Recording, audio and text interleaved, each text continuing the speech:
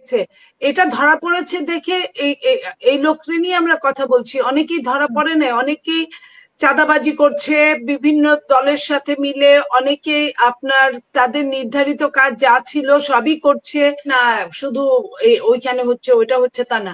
তাদেরকে যদি এই আইন শৃঙ্খলা রক্ষাকারী বাহিনী বা যারা জেলায় জেলায় গিয়েছেন, যাদের মায়েরে মারা গেল, তারা যদি তাদেরকে ধরে মারতো, তবুও জনগণের কাছে একটা বলার ছিল, এটা মারা কাউকেই উচিত না। চিন্তা করেন যে যেটাই হোক, সরকার যদি অপরাধীকে অ্যারেস্ট করতো, সরকারের মাধ্যমে যদি অপরাধী ছাড় না পেত, তাহলে কিন্তু এত কিছু এই বিচ্ছিন্ন ঘটনাগুলা কোনো আপনার এই কথায় আসতো না। এইখানে আমি বলবো যে ভয়ের যে জায়গাটা, ভীত থাকার যে জায়গাটা সমাজে, সে জায়গাটা আসলে যদি বর্তমান যে সরকার, অন্তর্বর্তীকালীন সরকার, তারা যদি আইনের অনুশাসনটা হাতে তুলে নিত, আইনের অনুশাসন যদি তার কাজ ঠিকভাবে করতো, তাহলে হয়তো বা তারা যেভাবে ওপেন হচ্ছে ওইভাবে হতো না। আপনি দেখেন যে আওয়ামী লীগ, যারা আওয়ামী লীগ আছে তাদের কাউকেই ওইভাবে অ্যারেস্ট করা হয় না, 2-4 জন হাতে গোনা ছাড়া।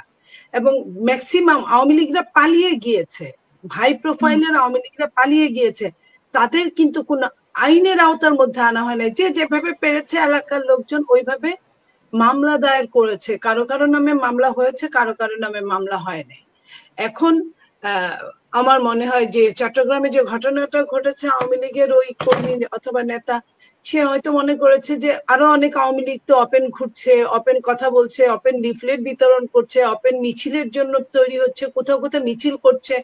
তো সরকার নির্লিপ্ত, মুখ দিয়ে বলে সরকার নিষিদ্ধ করবে, এক কথায় নিষিদ্ধ করার মধ্যে কিন্তু কোনো শাস্তি দেখা যায় না। উনি নিষিদ্ধ করবে, আরেকজন এসে তাকে আবার রাজনীতি করতে সুযোগ দিবে।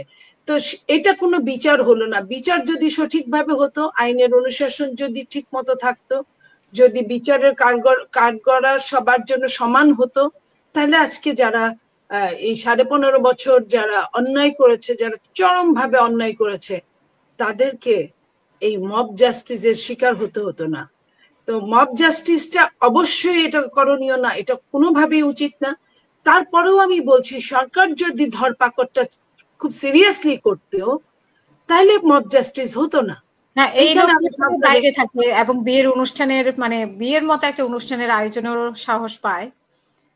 হ্যাঁ, এটা এটা নিশ্চয়ই তার ওই ওই ওই পরিমাণ কোনোখানে তার লোকজন আছে বিধায় সে সাহসটা পায়, সাহসটা পেয়েছে। এটা ধরা পড়েছে দেখে এই এই লোককে নিয়ে আমরা কথা বলছি। অনেকেই ধরা পড়ে না, অনেকেই চাঁদাবাজি করছে বিভিন্ন দলের সাথে মিলে, অনেকেই আপনার তাদের নির্ধারিত কাজ যা ছিল সবই করছে। প্রশাসনের যন্ত্র আপনার 12.5 লক্ষর মতো সরকারি কর্মচারী, তার মধ্যে 10.5 লক্ষই আওয়ামী লীগের নিয়োগকৃত, তারা প্রত্যেকেই ঠিক মতো আছে। যদি কিছু বেশি বেশি অপরাধীদের যদি শাস্তি দেওয়া হতো, সবাইকে শাস্তি দেওয়া সম্ভব না প্রশাসন যন্ত্রে, তারপরেও বেশি অপরাধীদেরকে যদি শাস্তি দেওয়া হতো, তাহলে কিন্তু অন্যরা ভয় পেত, অন্যদের মুখ বন্ধ থাকতো। কিন্তু এখানে কোনো শাস্তির কোনো বালাই নাই। এখানে অন্তর্বর্তীকালীন সরকার কি করছে আমরা জানি না, প্রত্যেকটা পদক্ষেপে সে ব্যর্থতার পরিচয় বহন করছে। তো আমরা মনে করি যে এই যে আপনি যখন বললেন, তার সেই হিসেবে আবার এটাও আমরা দেখেছি যে লিফলেট বিতরণ করছে, লিফলেট সরকারি কর্মচারীরা লিফলেট বিতরণ করছে, তাদের জন্য কি হয়েছে? আমরা একটা জায়গায় দেখেছিলাম, একজন ক্যাডার, আপনার নারী ক্যাডার, সে একটা তার ফেসবুকে একটা পোস্ট করার দায়ে তার চাকরি চলে গিয়েছিল, এই পর্যন্ত আমরা দেখেছি। কিন্তু তখনও যে যদি টনক নড়তো যে না, আমরা যারা যারা এগুলাকে চালিত করে, তাদেরকে একটা এম্বার্গোর মধ্যে রাখা, ধরপাকড় তো আছে, ধরপাকড় ছাড়াও একটা এম্বার্গোর মধ্যে যদি রাখা যেত তাদেরকে ডেকে নিয়ে, তাহলেও একটা কথা ছিল। আইন এখন প্রত্যেকে হাতে হাতে তোলা ব্যাপার। আপনি দেখেন যে আপনার সঙ্গে যখন কথা বলছি তার একদিন আগে আপনার যেভাবে চট্টগ্রামে একজনকে মেরে ফেলা হলো, যুব দলের একজন কর্মীকে, নেতাকে, যে তার পরিবারটার যে কি অবস্থা, তার 4টা সন্তান সহ যে তার স্ত্রী এখন কোন দিকে যাবে, এবং এমন ভাবে মারলো যার নামে একটা জিডি পর্যন্ত নাই, একটা মামলা পর্যন্ত নাই, ছোটখাটো একটা চাকরি করে সংসার চালায়। অথচ চাঁদাবাজ, দৌরাত্ম্যবাজ সবখানেই, সব দলে, আমি বলবো না যে না শুধু ওইখানে হচ্ছে ওইটা হচ্ছে তা না। তাদেরকে যদি এই আইন শৃঙ্খলা রক্ষাকারী বাহিনী বা যারা জেলায় জেলায় গিয়েছেন, যাদের মায়েরে মারা গেল, তারা যদি তাদেরকে ধরে মারতো, তবুও জনগণের কাছে একটা বলার ছিল, এটা মারা কাউকেই উচিত না।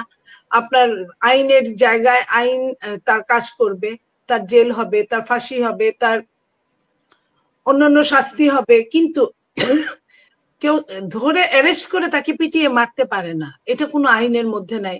সেখানে তো কোনো, আপনি যে বলছেন যে গ্রেফতার হচ্ছে না, তারপরে পার হয়ে গেছে, এর দোষারোপটুকু আপনাদের ঘাড়ে আসে যে আপনারাই আপনাদের ছায়াতলে আছে, আপনারাই পার করে দিচ্ছেন, আবার আপনারাই এই দলে নিষিদ্ধ চান না, মানে এই সবকিছুর দায় কিন্তু বিএনপির উপরে আসে বড় দল আমরা হিসেবে। আসলে এই যে আপনি বললেন আমরা কোথায় পার করে দিচ্ছি, আমরা ধরতে দিচ্ছি না কোথায়, আমরা কোথাও না করেছি। বাংলাদেশ জাতীয়তাবাদী দল বলেছে আওয়ামী লীগকে অ্যারেস্ট করা যাবে না, আওয়ামী লীগকে ছাড়িয়ে আমরা আপনাদের কি কারো কারো বর্ডার পার বাসায় করেছি? পাওয়া যায় আওয়ামী লীগ হ্যাঁ, নেতাদেরকে, আপনাদের কারো শোনেন, কারো এটা এটা এটা হচ্ছে বিচ্ছিন্ন ঘটনা, একটা বা দুইটা এরকম তো আমরা বাংলাদেশের বড় নামে সৈনিকদের বাসায়ও আমরা শুনি যে বড় বড় আওয়ামী লীগের নেতাদের পাওয়া যায়, সেটাও তো শুনি। বা আমরা জামাতের ওইখানেও আমরা শুনি, দেখি যে তাদের সাথে তাদের দলে যোগ দেওয়াচ্ছে, তারা তাদের ওইখানে পুষছে, এবং বৈষম্য বিরোধী ছাত্র নেতাদের ওইখানেও দেখি।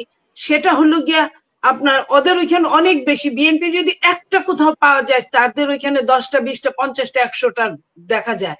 তো সেটা বিএনপির ওইখানে আপনি যেটা ইন্ডিকেট করে বলতে চাচ্ছেন হয়তো কারো আত্মীয়, সেটা সেটা সে হয়তো বা বিচ্ছিন্ন ঘটনায় আপনি বিএনপির কোথাও কোনো আওয়ামী লীগকে দলে নেওয়াটাই চরমভাবে নিষেধ। এটা কিন্তু সরকার চেঞ্জের, একটা রেজিম চেঞ্জের পরে পরেই বিএনপি নেতা জনাব তারেক রহমান আমাদের নেতা, উনি বলে দিয়েছেন যে এইটা বিএনপি আওয়ামী লীগের কাউকে দলে নেওয়া যাবে না এবং কারো কোনো সহযোগিতা নেওয়া যাবে না। তো এইটা বলার পরে যদি কেউ, বিএনপি অনেক বড় সংগঠন, যদি একজন কোনো কাজ করে থাকে সেটাকে আপনি এক্সাম্পল হিসেবে তুলে ধরতে পারেন না। তবে এক্সাম্পল হিসেবে যদি তুলে ধরতে হয়, বৈষম্য বিরোধীরা অনেক ভাবে অনেক সহযোগিতা নিচ্ছে, এবং বৈষম্য বিরোধীরা নিজেরাও একসময় ছাত্রলীগ ছিল, তারপরে তারা নিজেরাও স্বীকার করছে তারাও হেলমেট বাহিনী ছিল, হেলমেট বাহিনী ছিল বোধহয় জামাত ইসলামী স্বীকার করছে। সেই সেই জায়গাগুলা থেকে আপনার চিন্তা করেন যে যেটাই হোক, সরকার যদি অপরাধীকে অ্যারেস্ট করত, সরকারের মাধ্যমে যদি অপরাধী ছাড় না পেত, তাহলে কিন্তু এত কিছু এই বিচ্ছিন্ন ঘটনাগুলা কোনো আপনার এই কথায় আসতো না। আপনার সরকার আমার ওখানেও যদি থাকে, এটার দায় সরকারকেই নিতে হবে, বিএনপির দায় নাই, কারণ বিএনপি সরকারি দলেও নাই, বিএনপি বিরোধী দলেও নাই, বিএনপি রাজপথের বিরোধী দল। সো বিএনপি আমার ঘরে আমি রাখতেই পারি, আপনি আমাকে সহ অ্যারেস্ট করবেন আমি যদি রাখি, আপনি কি আইনটা প্রয়োগ করলেন, কার কার প্রতি কোন আইনটা প্রয়োগ করলেন, কেন তারা বুক ফুলিয়ে হাঁটছে, বুক ফুলিয়ে লিফলেট বিতরণ করছে, সেখানে সরকারি কর্মচারী পর্যন্ত করছে, সেইখানে কি না হচ্ছে এই দেশে? এই দেশে কোনো আইন শৃঙ্খলা নাই, কোনো দ্রব্যমূল্যের নাগাল কেউ ধরতে পারছে না, কোনো আপনার প্রশাসনিক কোনো আপনার কি বলে চেইনটা নাই, চেইনটা ছুটে গেছে, ছিঁড়ে গেছে অনেক জায়গায়, এক জায়গায় না শুধু। তো এই যে কোনোখানে কোনো লাগাম নাই, লাগামহীন একটা দেশে এইভাবে মানুষ মব হাতে তুলে নিয়েছে, সেই সেই জায়গা থেকে আমরা বলতে চাই এরকম দেশ চাওয়ার জন্য তো আমরা আসলে 5ই আগস্ট চাই নাই, আমরা একটা সুন্দর দেশ, গণতান্ত্রিক দেশ দেখার জন্য আমরা সকলে মিলে আমরা মাঠে ছিলাম, প্রত্যেকেই আমরা যার যার থেকে। আমি আমি নীলুফার চৌধুরী মনি, আমার কথাই আমি বলি, আমি হেন কোনো মানুষ লুকিয়েছিল পালিয়েছিল, আমি কিন্তু একটা দিনের জন্য টক শো বলেন, মিছিল বলেন, মিটিং বলেন, আমি আমি যখন সবাই আন্ডারগ্রাউন্ডে ছিল আমি কিন্তু ওপেন ছিলাম। তো এই যে আমরা আমাদের জায়গা থেকে প্রত্যেকেই করেছি, তো প্রত্যেকেই চেষ্টা করার পরে একটা দেশের স্বাধীনতা আসছে, ছাত্ররা সামনের কাতারে ছিল, স্বাধীনতা আসছে, তারাই যদি এখন সুযোগ সুবিধা দেয় বা সরকার যদি সুযোগ সুবিধা দেয় এবং সরকারের মধ্যে যদি ঘাপটি মেরে যদি ওই আওয়ামী লীগের প্রেতাত্মারা থাকে, তাহলে তো এটা দুঃখজনক। সরিষার মধ্যে ভূত থাকলে কিভাবে তাড়াবে? অনেক ধন্যবাদ। আমি